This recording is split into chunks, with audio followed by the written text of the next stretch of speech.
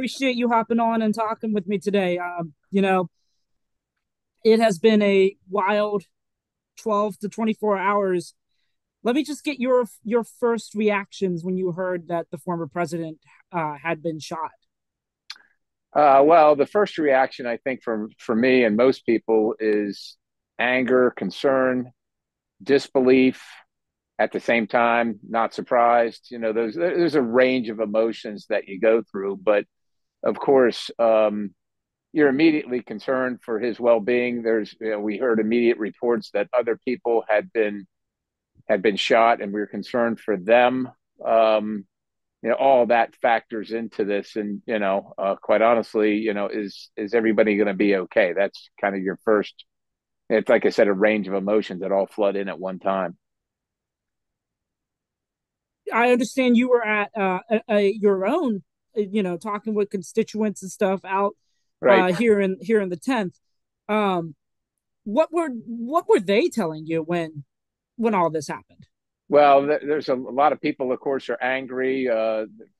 Lots of people were crying. And again, they don't know all the information. Most of us didn't know. We heard that the assassin was under arrest. We heard the assassin was killed. We heard that the president was shot, but we didn't know his well-being. So you can imagine the range of emotions in the discussion. People have a lot of questions. They think that even though you're standing there with them, that you immediately have all kinds of information that they don't have, which unfortunately for everybody is not true. So it's just kind of about managing the conversation at that point, and not trying to make them feel worse and be more concerned. So, now that you've had a little bit of time to kind of digest everything, you're on the oversight committee. Right. What do you want to hear from the Secret Service about what happened here? Well, there's a lot of questions, and I don't want to be speculative. We need to understand their protocols, so to speak, what we would in the military kind of describe as your rules of engagement. There has been some rumor that the a potential assassin has to fire first, and we have to know that. We need to know what the chain of command was. We need to know why the building so close with a line of sight so obvious, an elevated line of sight was left unprotected. There's a million questions that I don't really want to speculate on, but the bottom line is we need to get down to the brass tacks here. The American people want to know what the heck happened here and why this is such a breathtaking failure. I know there are hearings scheduled for this week. You know, I know you're going to ask those questions. Do you think that's a little too soon, or do you think we need to No, just get these as soon as we can? no. Let me just say this. Today is a day. Understand the president. There was an assassination attempt. One person lost their life. Of course, the assassin is dead. There are other people, as I understand it, in critical or very grave condition. That's where our focus needs to be today. But that having been said, as soon as possible, we need to get to these answers that we talked about. And there's no time that's too soon.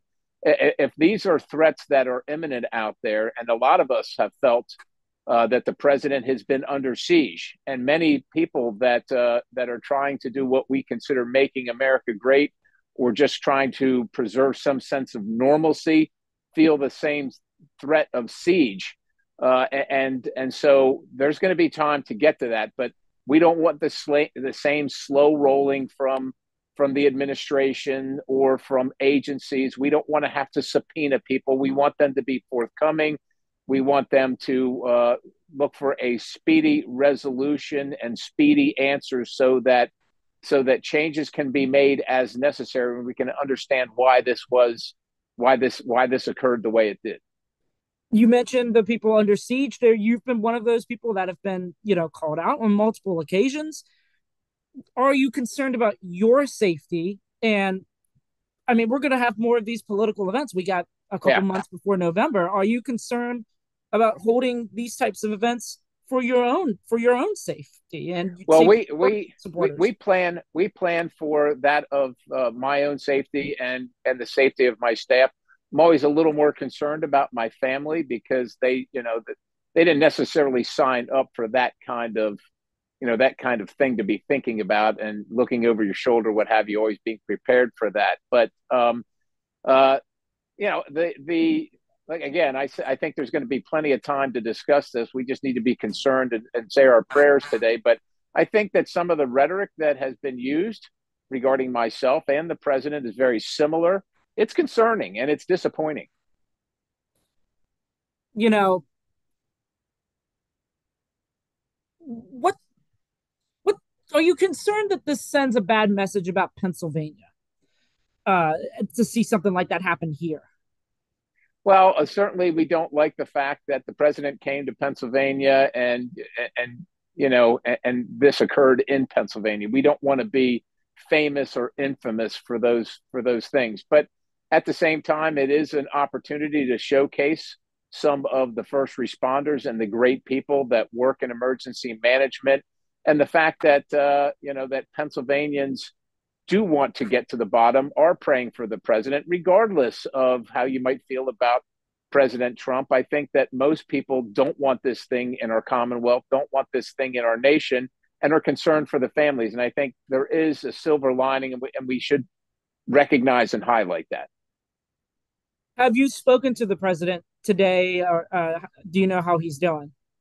I have not spoken to him. I'm sure he's quite busy. We got a convention coming up, and look, knowing what I know about the president, and of course, you saw him as he was taken off the stage and led to the vehicle, and even getting into the vehicle. The president is strong. The president is resilient. He is focused on the mission that he's on. The president's going to be in Milwaukee, I'm sure, and things are going to move just according to schedule. So I think the president will get to me when he feels the time's appropriate, and I certainly understand that. Have you sent any messages to your staff?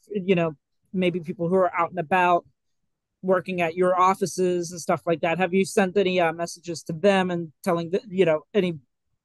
Are you doing anything differently? I guess is the question. Well, we're always, concerned about staff safety, and that's just a perennial. That's a perennial requirement, and so we are in discussions with our staff. We're in discussion with the committees. We know that the speaker has called for multiple investigations. I'm on one of the committees of jurisdiction, but I also I'm very close with the chairman of the Homeland Security Committee, and so and we are having conversations. That, quite honestly, it hasn't really stopped. We took a little break, some of us, to get some sleep last night and got right back into it first thing this morning. So the conversations go across the spectrum as we want to not only keep ourselves safe, but quite honestly, keep the greater community safe. Well, Congressman, I appreciate you hopping on and giving me a couple minutes. Like you said, it's been nonstop for all of us, I think. Yes. Was there anything you wanted to add that I may have missed? No, again, just thoughts and prayers for the families the family that lost a loved one who just, went to a rally and is never coming home. There's people that are in the hospital. And of course, the Trump family, under siege. And I hope that people can pray for the president, pray for his family, and pray for our country. Well, thank you, Congressman. I appreciate it. And I hope you have a great rest of your weekend. You do the same. Thank you very much. Thanks.